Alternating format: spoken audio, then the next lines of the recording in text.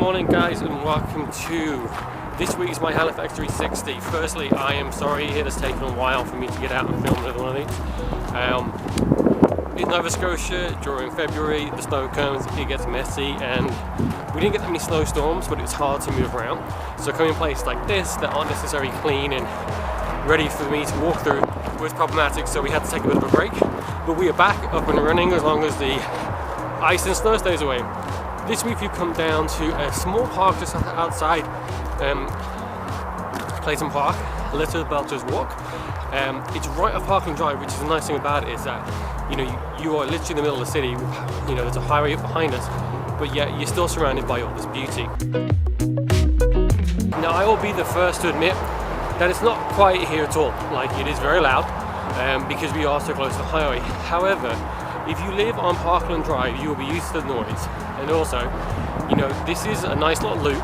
It's not going to take me long to get around.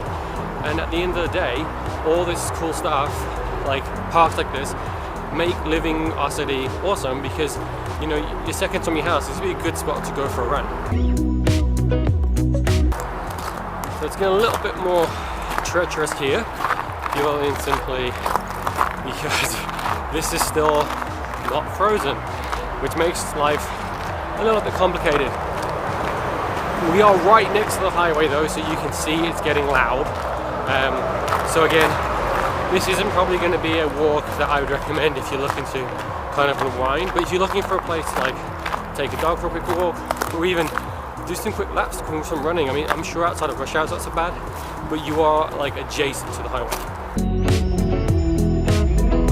And I think for me, truthfully, even though it is loud, being in a city like, I grew up in England, there's a lot of cities where there's just not that many parks around, so you don't kind of have this to do. I mean, like, yes, there's a highway on my right, but there's also a babbling brook on my left, and it's interesting to see that balance between the two extremes. So I can see why some people wouldn't necessarily make this their first stop to come and hit up if they're looking for a peaceful walk, but at the same time it is kind of nice. It does beat walking on the street, purely and simply because you could let a dog off a lead here, providing it's well behaved and you can control it, but you can't do that if you're walking on the street side. And again, you don't get walks like this. We're going to cross this babbling brook on this little bridge now.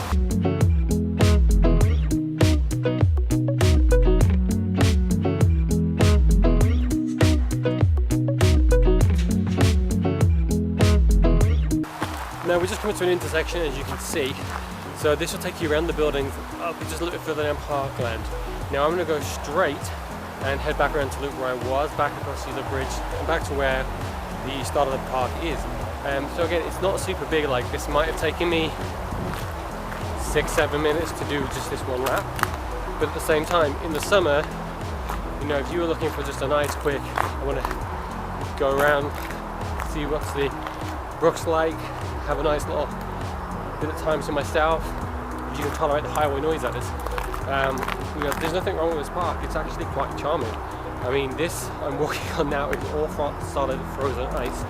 I may have regret this decision, but at the end of the day, for me personally, and I'm not trying to sell you on it, it's something I believe is, I would take walking in a park like this that's, got some character and, some heart and soul,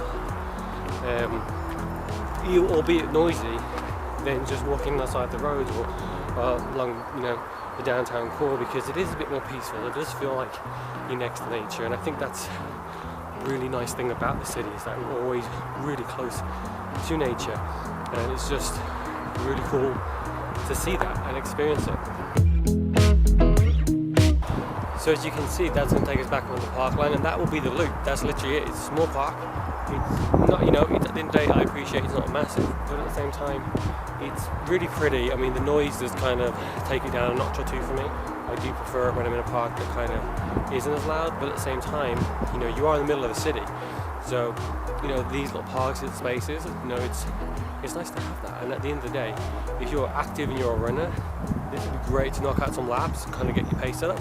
So, I wouldn't write it off. I'd definitely come and check it out, especially in Parkland, because it's beautiful and it's cool to have this.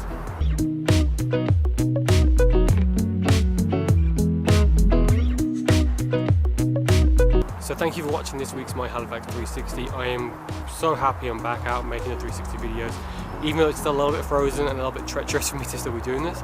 I didn't want to leave this any longer because the whole reason we started Myhalifax360 was to show you guys hidden gems like this, to kind of show everybody there's so much more in the city than just houses and buildings and businesses. There's a lot of nature, there's a lot of parks, and a lot of stuff that people can do and enjoy in our city right on our front door. And there's literally houses across the street that can take advantage of this anytime you like. So thank you for watching this week's video. Don't forget to let me know if there's anywhere else you think we should make a 360 video. Don't forget to check out Monday's vlog. Don't forget to like, comment and subscribe to the YouTube channel, and we'll see you next week.